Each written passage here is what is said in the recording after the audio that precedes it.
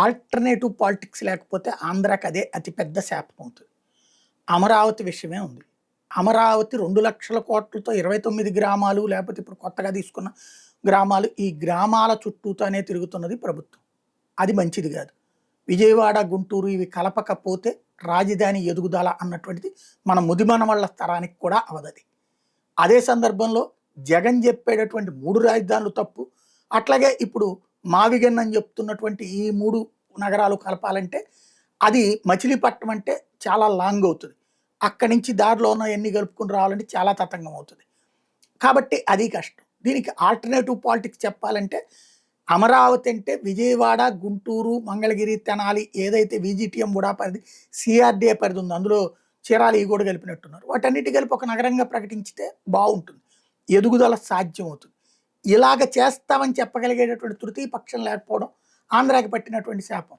తెలంగాణలో 2,00,000 కోట్ల రూపాయల డబ్బులు రావాలి ఆంధ్రప్రదేశ్కి. 10 పైసలు తీసుకురారు. చివరికి అక్కడోళ్ళు ఫీల్ అయ్యారంటే రాయలసీమ ఎత్తిపోతల పథకం మానేస్తారు.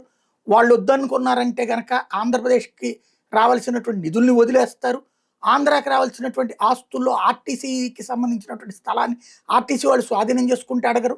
అలాగే మన బ్యాంక్ అకౌంట్స్ అక్కడ జప్తు అయిపోతే కూడా అవి తీసుకురాలేరు. ఇలాంటి అసమర్థ పరిస్థితుల్లో ఉన్నారు. ఎందుకంటే ఇద్దరు అధికార విపక్ష నాయకుల యొక్క ఆస్తులు అక్కడే ఉన్నాయి. వాళ్ళతో స్నేహాలు అట్లాగే ఉన్నాయి. కేసీఆర్ వచ్చినా రేవంత్ వచ్చినా అక్కడ వాళ్ళు డామినేట్ చేస్తున్నారు. వీళ్ళ ఆస్తుల కోసం వాళ్ళ జోలికి పోరు. ఆంధ్ర గురించి పోరాడేటటువంటి వాడు లేనే లేడు. ఇది ఒక పెద్ద సమస్యగా మారిపోతుంది. పోరాడగలిగేటటువంటి మన మేధావుల ఫోరానికి సంబంధించినటువంటి నాయకులు లాంటి వాళ్ళు ఉన్నారంటే వాళ్ళకి జనాదరణ లేదు.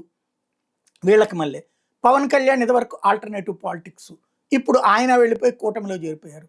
ఆంధ్రాకి లాభమా నష్టమా అంటే ఆంధ్రాకి తృతీయ ప్రత్యామ్నాయం, అది కూడా ఆంధ్రానే గుండెకాయ. ఈ నాటకాలను ఎప్పటికప్పుడు ఎండగడతా, ఇద్దరు నాటకాలు నిజాయితీతో కూడినటువంటి ఆంధ్ర నాయకత్వం రాకపోతే రాబోయే తరాలు కూడా మన బిడ్డల్ని ఇతర రాష్ట్రాల్లో నగరాల్లో ఉద్యోగాలకి పరిమితం చేసుకుంటూ మేము ఎదిగాం మా నాయకుడు ఎదిగేలా చేస్తున్నాడు నిన్న 10 రూపాయలు ఉంది భూమి ఇప్పుడు 15 రూపాయలు ఉందంటూ రియల్ ఎస్టేట్ చుట్టూ తిరిగితే మన బతుకులు బస్ స్టాండ్ అవుతాయి. మరి ఆల్టర్నేటివ్ పాలిటిక్స్ జనాలు కావాలనుకుంటారా?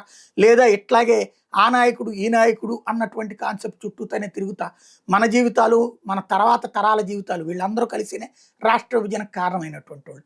వీళ్ళెవరు రాష్ట్ర విభజన ఆపలేదు. పోనీ విభజన రోజున ఏం కావాలంటే అడగలేదు.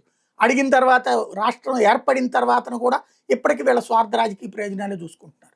ఇప్పటికైనా ప్రజలు తేల్చుకోవాల్సిన సందర్భం.